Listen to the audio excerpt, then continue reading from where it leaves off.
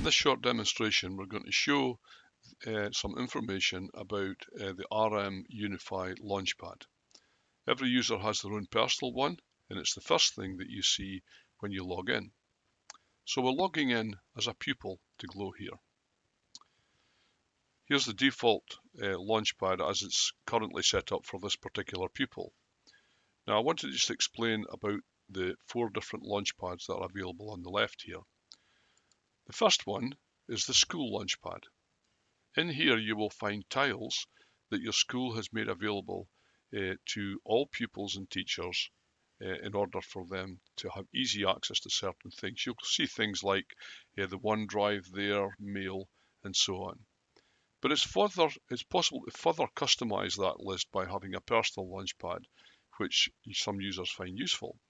There's also a council level Launchpad, which has some items in it. And again, you can see there's a number of different items there. And lastly, there's the national Launchpad. So these are things that are available at the national level across Scotland and available in this case to pupils. Let's go back to the pupils Launchpad. Now you can see here that there are 4 tiles that have already been added to this Launchpad. Normally the pupils Launchpad or the personal Launchpad is completely empty, in which case when you log in you'll automatically land at the school Launchpad. However, in this case this pupil has already configured 4 tiles for easy access. If you want to add another tile, simply click on the Add button, choose App from Library, and if I just type in here Microsoft, we can see all the Microsoft tiles that are available here. Now some of them, they're all useful of course, but some of them are not important for children to have on their Launchpads. So for example, if we wanted to add a tile, we would choose the tile, maybe this one say Microsoft Educator, and we would click Add to my Launchpad, and then close this down. If we go back to the pupils Launchpad again, you'll see that that tile has now been added. Of course, we don't really want to add that one to a pupils Launchpad, it's really a teacher resource. So if we click on, at the bottom here, Edit Launchpads, we can then click on the crossed button at the top right hand corner of the tile and it's gone. And we can click Save Changes. So it's quite easy to add and remove tiles from the Launchpad. Once all of this is done, it's possible for the user to have access to any of these tools here as required. This one here is particularly useful at home because it allows you to add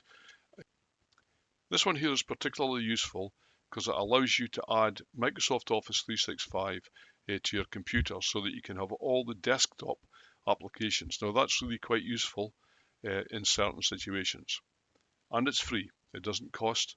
It's all free, all part of the Glow package. And we won't go into that in detail just now, but suffice to say that if you want to add those things, you can do that. So once you're happy with the Launchpad, you're good to go. And for example, clicking on this one here will take us to the user's OneDrive. Now this is a good place to store files because it's online and it's backed up.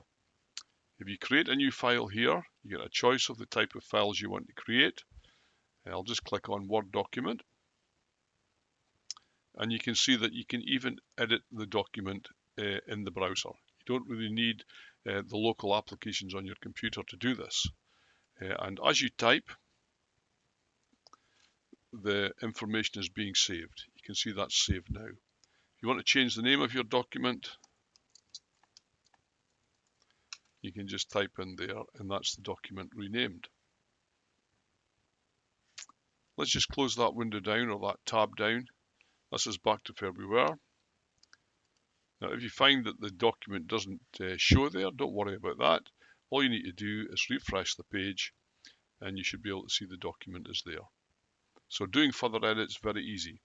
We'll come back to looking at how to work with documents, the OneDrive, and how team file storage also works in a later video. Thank you.